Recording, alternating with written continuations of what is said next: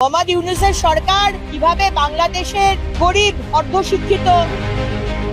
এবার আলোচনায় ২০ জানুয়ারি বিশেষ করে ভারতের বিজেপি নেত্রী অগ্নিমিত্রা পালের সাম্প্রতিক বক্তব্য এবং সামাজিক যোগাযোগ মাধ্যমে ছড়িয়ে পড়া নানা পোস্ট নতুন করে আলোচনার জন্ম দিয়েছে। কি হতে চলেছে আগামী ২০ জানুয়ারি? জানুয়ারিকে ঘিরে ভারত ও বাংলাদেশের রাজনীতিতে এত কৌতূহল কেন বাড়ছে? গত ৫ আগস্ট অভ্যুত্থানের মুখে শেখ হাসিনার সরকারের পতনের পর ভারতে পালিয়ে যান তিনি।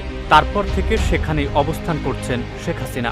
এদিকে হাসিনার পতনের পর থেকে ভারতীয় গণমাধ্যম নানা রকম মিথ্যাচার করে আসছে। সেই সাথে ক্ষমতাসীন বিজেপি নেতারাও একের পর এক বক্তব্য দিয়ে যাচ্ছে বাংলাদেশকে নিয়ে। সম্প্রতি বিজেপি নেত্রী অগ্নিমিত্রা পাল বাংলাদেশের অন্তর্বর্তী সরকারের সমালোচনা করে বক্তব্য দিয়েছেন।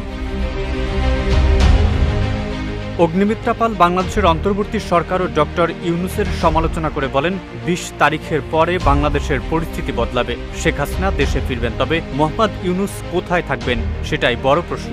বাংলাদেশের মানুষকে গরিব এবং অর্ধশিক্ষিত উল্লেখ করে বিজেপির এই নেত্রী বলেন, বাংলাদেশের গরিব ও অর্ধশিক্ষিত জনগণকে ভারতের বিরুদ্ধে উস্কে দেওয়ার চেষ্টা চলছে।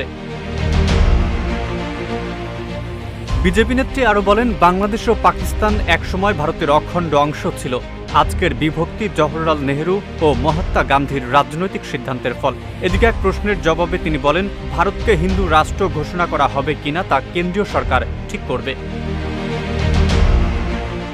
নেটিজেনরা মনে করছেন অগ্নিমিত্রা পালের বক্তব্য শুধু রাজনৈতিক ফায়দা তোলার জন্য। ২০ জানুয়ারি যুক্তরাষ্ট্রের নবনির্বাচিত প্রেসিডেন্ট ডোনাল্ড ট্রাম্পের শপথ গ্রহণকে ঘিরে আওয়ামী লীগ ও বিজেপির নির্ভরশীলতার ধারণাও নেটিজেনরা নস্যাৎ করেছেন।